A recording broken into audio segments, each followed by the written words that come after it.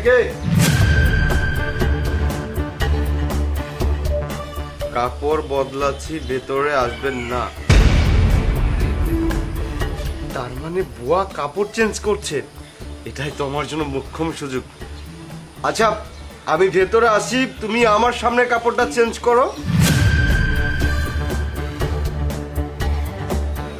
আপনার বউ ভেতরে ঘুমাচ্ছে, তাই কথা বলতে পারছি না। আরে আমার বউ ঘুমাচ্ছে, আরে এটাই তো ভালো হয়েছে, এটাই তো একটা সুযোগ। আরে আমি ভেতরে আসি, তুমি আমার সামনে কাপড় চেঞ্জ করো।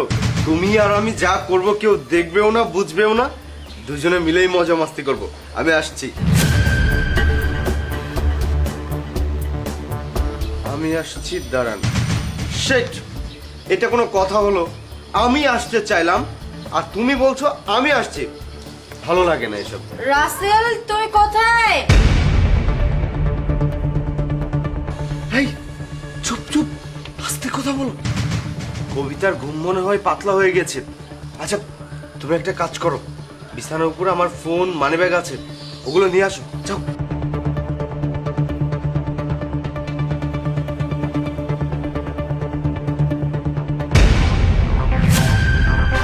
এই শোন, আমি অফিসে যাচ্ছি, অফিস থেকে বাসায় আসার পরে যেন তোকে আমি আরো পরিপাটি দেখি। আর হ্যাঁ, ভুলেও যদি এই কথাগুলো তোর ম্যাডাম জানে না, তাহলে তোর ঘাড় ধাক্কা দিয়ে এই বাসা থেকে বের করে দেবো, কথাটা মনে রাখিস।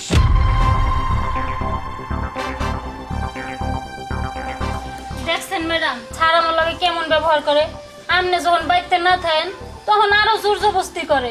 ম্যাডাম আমি একজন বিবাহিত মহিলা, আমার একজন বাচ্চাও আছে। ম্যাডাম এরকম যদি স্যার প্রত্যেকদিন করে তাহলে কেমন ঠায় আপনি কোন? বুঝতে পেরেছি, সবকিছুই আমার কাছে পরিষ্কার। ও যে এরকম একটা জঘন্য মানুষ সেইটা আমি কখনোই ভাবতে পারিনি। ওকে আমি ভালোবেসে বিয়ে করেছিলাম, ওকে আমি কতটা বিশ্বাস করেছিলাম, আর ও কিনা আমার বিশ্বাস নিয়ে এভাবে খেলা করলো। আমি এটা ওর থেকে কোনো দিনও আশা করিনি। ঠিক আছে, তুমি কোনো চিন্তা করো না, এই বিষয়টা আমি দেখব। আর হ্যাঁ, আরেকটা কথা, এইসব যে তোমার আর আমার প্ল্যান ছিল সেটা যেন ও কিছুতেই না জানতে পারে। আচ্ছা ঠিক আছে ম্যাডাম। তো একটা কথা কি ম্যাডাম, আমনে ভালো মানুষ দেখে আমনে বাড়িতে কাম করি, আর নাইলে কাম করতাম না। ঠিক আছে, ওকে তো আমি হাতে নাতে ধরবো। স্যার ম্যাডাম, এই যে আপনাকে খাবারটা।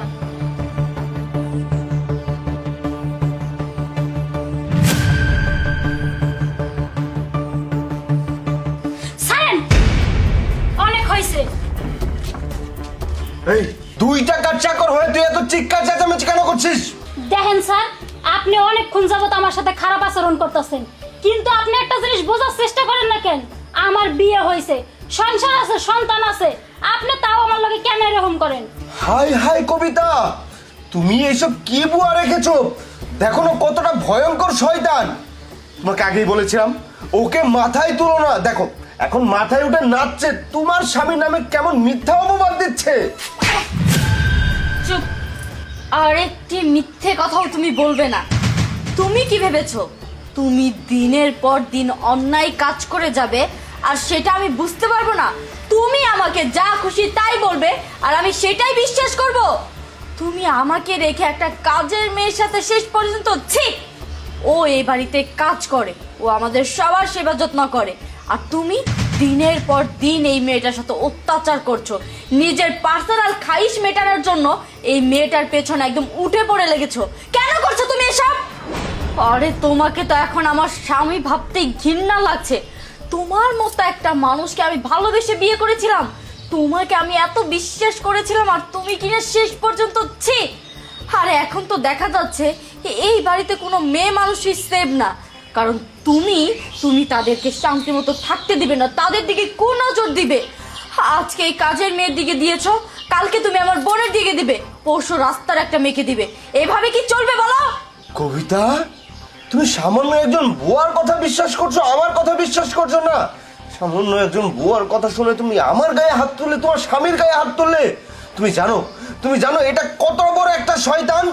ও আমাকে অপমান করার জন্য এইসব মিথ্যা কথা বলেছে, বানোয়াট কথা বলেছে। কবিতা, তুমি ওর কথা বিশ্বাস করো না প্লিজ, তুমি আমাকে বিশ্বাস করো, তোমার স্বামীকে বিশ্বাস করো। না, আমি তোমাকে আর এক চুল পরিমাণ বিশ্বাস করব না। তোমাকে বিশ্বাস করে আমি কি পেয়েছি? শুধু প্রতারণাই পেয়েছি। তুমি আমার বিশ্বাসের মর্যাদা রাখোনি। তোমার মতো মানুষকে আর যাই হোক বিশ্বাস করা যায় না। এতদিন আমি কি ভাবতাম জানো? আমার স্বামী একজন সলিড, সে শুধু আমাকেই ভালোবাসে, সে এক নারীতে আসক্ত। এখন তো দেখছি না, তার হাজার নারীর দরকার, হাজার নারীর গ্রাম তার দরকার, হাজার নারীর স্পর্শ তার দরকার। এইরকম একটা মানুষের সাথে আর যাই হোক সংসার করা যায় না। এতদিন আখি আমাকে বলেছিল, আমি আখির কথা বিশ্বাস করিনি, কারণ আমি তোমাকে বিশ্বাস করতাম, তোমাকে ভালোবাসতাম। আজ যখন নিজের চোখেই সব কিছু দেখলাম, তখন আর নিজেকে অবিশ্বাস কিভাবে করবো বলো? আর এই যে আজকে সকালবেলা যে চিরকুটগুলো তোমার কাছে গিয়েছিল, সেইগুলো আখি না, আমি তোমাকে দিয়েছিলাম। ওই সমস্ত কিছু আমার প্ল্যান ছিল। কবিতা, কবিতা প্লিজ তুমি আমাকে মাফ করে দাও। দেখো আমি যেটা করেছি ভুল করেছি, আমি বুঝতে পেরেছি আমার ভুল ভেঙে গেছে। প্লিজ তুমি আমাকে মাফ করে দাও। এই আখি, এই দেখ, তোর কাছে আমি ক্ষমা চাচ্ছি। প্লিজ তুই তুই তুই তোর ম্যাডামকে একটু বোঝা। দেখ আমি যা করেছি ভুল করেছি, তুই আমাকে ক্ষমা করে দে। তোর ম্যাডামকে একটু বোঝা। তোর মাফ মাফ করব তোমাকে? তোমার মতো একটা জঘন্য মানুষকে আমি কোনো দিনও মাফ করব না। তুমি এক্ষুনি এই বাড়ি থেকে বের হয়ে চলে যাবে। তুমি কি ভুলে গিয়েছো তুমি কার বাড়িতে দাঁড়িয়ে নোংরামি করছো? যাও, বের হয়ে যাও। আমি বাড়ি থেকে বের হয়ে যাব? কবিতা, আমি বাড়ি থেকে বের হয়ে গেলে কোথায় যাবে বলো? প্লিজ তুমি এমনটা করো না। তুমি আমাকে একটা বার সুযোগ দাও, আমাকে মাফ করে দাও। আমি তোমাকে কথা দিচ্ছি, আমি আর জীবনেও এমনটা করবো না। প্লিজ তুমি আমাকে মাফ করে দাও। এত কিছু শোনার সময় আমার কাছে নেই। তোমাকে বের হয়ে চলে যেতে বলেছি, যাও।